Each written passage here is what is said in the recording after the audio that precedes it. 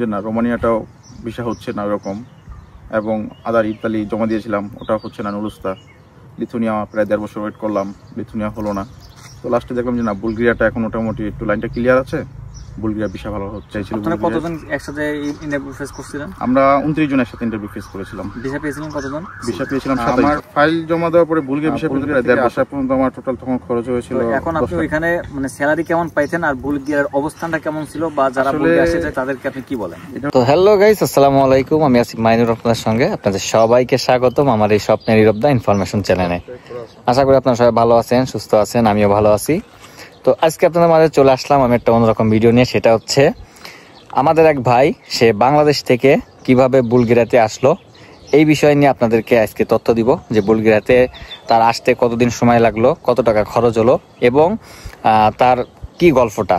তো এই যারা আপনারা বুলগেরিয়ার জন্য ফাইল জমা দিয়ে রাখছেন বা বুলগেরিয়ায় আসার চিন্তা ভাবনা করেন বা ইউরোপে ঢোকার চিন্তা করেন, তাদের কিন্তু এই কথার পিছনে অনেক কিছু শিখতে পারবেন। তো অবশ্যই যারা চ্যানেলে নতুন আছেন চ্যানেলটি সাবস্ক্রাইব করে বেল আইকন অন করে পাশে থাকবেন, আর ইতিমধ্যে যারা সাবস্ক্রাইব করেছেন তাদেরকে অসংখ্য অসংখ্য ধন্যবাদ।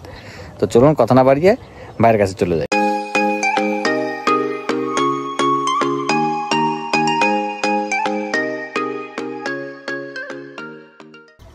তো এখন আমাদের এই যে ভাই তারেক ভাই, সে বাংলাদেশ থেকে বুলগেরিয়া আসার যে গল্পটা সেটা আপনাদের সামনে এখন শেয়ার করবে।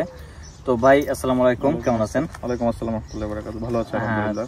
এখন বিষয়টা হচ্ছে ভাই, আমরা আসলে আপনার কাছে জানতে চাই যে আপনি বাংলাদেশ থেকে মানে বুলগেরিয়া আসার চিন্তাটা কি জন্য হলো, বা এই আপনার এই যে মানে রোমানিয়া বা সার্বিয়া বা মাল্টা অন্যান্য আদার্স কান্ট্রির ভিসা মোটামুটি হয়, তো সেই ক্ষেত্রে আপনি বুলগেরিয়াকে কেন বেছে নিলেন, আর বুলগেরিয়াতে ফাইল জমা দেওয়ার আপনার আগ্রহটা কিভাবে হলো, যদি এটা একটু বলতেন।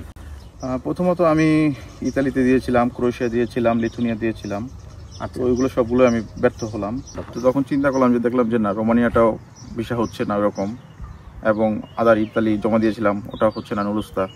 লিথুনিয়া প্রায় 1.5 বছর ওয়েট করলাম, লিথুনিয়া হলো না। তো লাস্টে দেখলাম যে না বুলগেরিয়াটা এখন মোটামুটি একটু লাইনটা ক্লিয়ার আছে, বুলগেরিয়া ভিসা ভালো হচ্ছে। তো আমার এক বড় ভাই আছে পরিচিত, আমি ওনার মাধ্যমে ফাইল জমা দিলাম। জমা দেওয়ার পরে ওনার অফিসটা হলো মিরপুরে।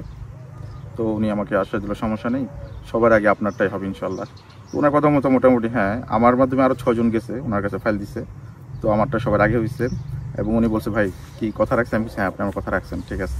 তো উনি বললো যে আপনি ভিসা তো রেডি আছে, ইন্ডিয়ান ভিসা। আমি সবসময় ভিসা রেডি করে রাখতাম, ইন্ডিয়ান ভিসাটা তখন, কারণ আমি ইন্ডিয়া অনেকবার গিয়েছিলাম। তো যার কারণে আমার আর কোনো লেট হয়নি। আমি যেদিন পারমিট পেয়েছি তার 3 দিন পরে আমি ইন্ডিয়া এম্বাসি ফেস করছি। তো ইন্ডিয়া এম্বাসি ফেস করার পরে মোটামুটি 1 মাস ছিলাম ওখানে।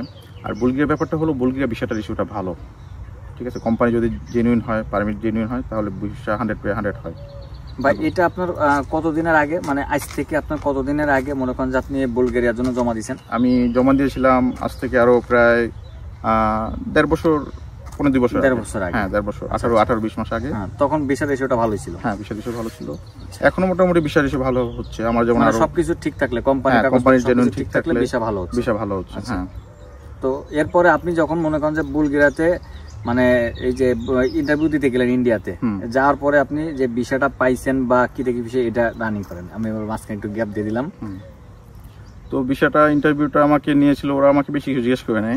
3টা আমাকে লুক দেখে আমাকে জিজ্ঞেস করলো যে আপনি কেন যাচ্ছেন বুলগেরিয়ায়। তাই বললাম যে বুলগেরিয়া যাচ্ছি ওখানে জবের জন্য যাচ্ছি। তো সেকেন্ড ওরা কোশ্চেন করলো যে আপনি কি স্যালারিতে হ্যাপি কিনা। ওরা আমি বললাম হ্যাঁ হ্যাপি। থার্ড ওরা বললো যে তুমি কি ওখানে স্টে করবে কিনা। আমি বললাম হ্যাঁ আমি স্টে করবো, বাস। আর কিছু জিজ্ঞেস করেনি আমাকে ওরা, এটা আমাকে জিজ্ঞেস করলো ইন্টারভিউতে। আমি ইন্টারভিউ দিয়ে দিলাম। তো ইন্টারভিউ দেওয়ার পরে ওখানে আবার একটু ঝামেলা ছিল, কি ছুটি ছিল ইন্ডিয়াতে, যার জন্য আরও দেরি হয়েছে। তাছাড়া আর কিছু না, ভিসা হয়ে গেছে আলহামদুলিল্লাহ। আমরা যারা ছিলাম সবারই মোটামুটি ভিসা হয়ে গেছে। এটাই ছিল। কতজন একসাথে ইন্টারভিউ ফেস করছিলেন? আমরা 29 জন একসাথে ইন্টারভিউ ফেস করেছিলাম। ভিসা পেয়েছিলেন কতজন? ভিসা পেয়েছিলাম 27 জন। আলহামদুলিল্লাহ, অনেক ভালো। হ্যাঁ। তো তারপরে যখন 2 জনও ভিসা পেত, কিন্তু 2 জনের ভিতরে একজন ইন্টারভিউতে কিছু বলতেই পারেনি। আচ্ছা। তো ওই জন্য ওর ভিসাটা আর কি ক্যান্সেল হয়েছে। আর একজনের হলো ও আপনার ভিসার পাসপোর্টে যে আপনার ভিসা হওয়ার পরে একটা স্লিপ দিয়ে দেয় এম্বাসি থেকে, স্লিপটাও হারায় ফেলেছিল। আচ্ছা। তো এই জন্য আর পাস দিতে পারে না, যার জন্য ভিসাটা ওর সামনেই রিজেক্ট করে দিছে। আচ্ছা। হ্যাঁ, এখানে আরও একটা লোকের ভিসা হয়েছিল, ভিসা হওয়ার পরও ওর পাসপোর্ট ভিসাটা ক্যান্সেল করে দিছে। কী কারণে? ও আপনার 1 মাসের বেশি ছিল বুলগেরিয়াতে, কিন্তু ও 1 মাস থাকার পরও 7 বার এম্বাসিতে মেল দিছে। মানে এটা আমার আসলে অরিজিনাল কিনা বা হ্যাঁ, এই জন্য আর কি মেল দেওয়ার কারণে এম্বাসির ওপরে টাকা নিয়ে ওর সামনে ভিসা দেখায়া আবার রিজেক্ট করে দিয়েছেন ওই ভিসাটা। মানে এই জন্য এইখানে আমি একটা কথা বলি যে আপনারা অধৈর্য হবেন না। অনেক সময় দেখা যায় কি হয়েছে, মানে 7 দিনের জায়গায় মানে 5 দিনের, মানে আপনারা বিশ্বাস করতে পারেন না। বিশ্বাস না করার কারণে আপনারা এখানে ওখানে খুঁচান, মানুষকে উস্কানি করেন, তখন মানুষ রাগান্বিত হয়ে অনেক কিছুই করে, এটাই আর কি। তো ভাই আপনার তাহলে টোটাল মানে ফাইল জমা দেওয়ার পরে বুলগেরিয়ার ভিসা পাইতে কতদিন সময় লাগছিল? আমার ফাইল জমা দেওয়ার পরে বুলগেরিয়া ভিসা পেতে প্রায় 1.5 বছর লেগেছে। পুরো টোটাল 1.5 বছর? না না না, আমার 6 মাস লেগেছে। মানে ফাইল আপনি যেদিন জমা দিয়েছেন তারপরে ইন্ডিয়াতে যে এম্বাসি ফেস করে ভিসা নিতে টোটাল 6 মাসের মতো টাইম লাগছে। আচ্ছা, তো আপনার মানে বুলগেরিয়া আসার পর্যন্ত আপনার মোট খরচ হয়েছিল কত বাংলাদেশ থেকে?